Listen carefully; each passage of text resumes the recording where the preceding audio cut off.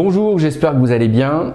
Allez, on est vendredi et avant d'aller plus en avant, je voudrais juste vous inviter ce soir à 18 h, heure de Paris, à vous connecter sur le site missionprotestante.org parce qu'il y aura le sermon du vendredi. Et donc, c'est important, c'est une fenêtre de 9-10 minutes où vraiment, je suis dans mon rôle de prédicateur à part entière et ça, c'est important. Aujourd'hui, bien commencer la journée, je voudrais le terminer avec toujours cette idée de Paul. Veille sur toi-même et sur ton enseignement. Je vais peut-être vous surprendre, mais ce que j'ai trouvé encore de pertinent dans cette phrase, c'est tout le contexte global. Au début de la semaine, je vous ai parlé que Timothée est dans un contexte tendu entre les Juifs qui veulent observer la loi mosaïque tout en étant chrétiens et les hellénistes qui ne veulent surtout pas entendre parler de ça, ce qu'on appelle les Grecs, et ils ne veulent pas aller de là-dedans. Et ce que je veux mettre en avant, c'est que le monde n'est pas linéaire. Oui, le monde n'est pas linéaire. Il y a du blanc, il y a du noir, il y a du gris, il y a plein de choses. Et en fin de compte, ce n'est pas parce que quelqu'un n'est pas d'accord avec vous qu'il a forcément tort. Il ne faut pas confondre conviction, certitude et possibilité autre.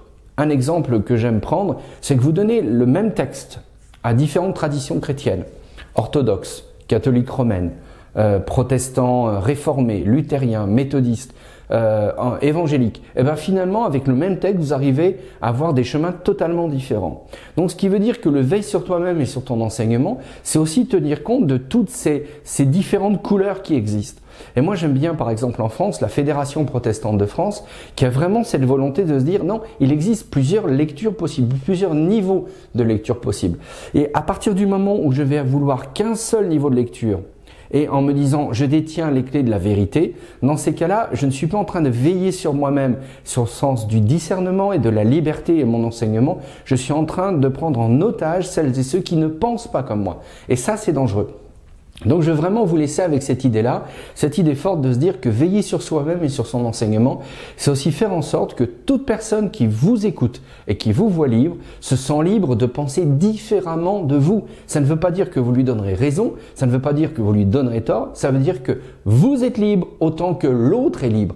Et donc si vous ne veillez pas sur vous-même et sur votre liberté, vous ne pourrez pas demander à celles et ceux qui vous écoutent d'être libres à leur tour. Ce n'est pas possible. Vous ne pouvez pas donner ce que vous ne vivez pas. Et ça fonctionne comme ça. Alors oui, le texte de Paul, il est beaucoup plus riche qu'on pourrait l'imaginer, et surtout dans l'épître de Paul à Timothée. Je vous invite à la relire. 1 Timothée, 2 Timothée, c'est la lettre d'un homme qui essaye d'expliquer à un jeune comment on se conduit en tant que pasteur, mais simplement aussi dans sa propre vie. J'aime souvent le dire, oui, on a beaucoup de théories en développement personnel, mais dans la Bible, il y a déjà beaucoup de choses qui peuvent nous aider à nous développer, à vivre en harmonie les uns avec les autres, et le texte de Paul est pertinent. Je vous remercie d'avoir suivi cette semaine, c'est la pause du week-end.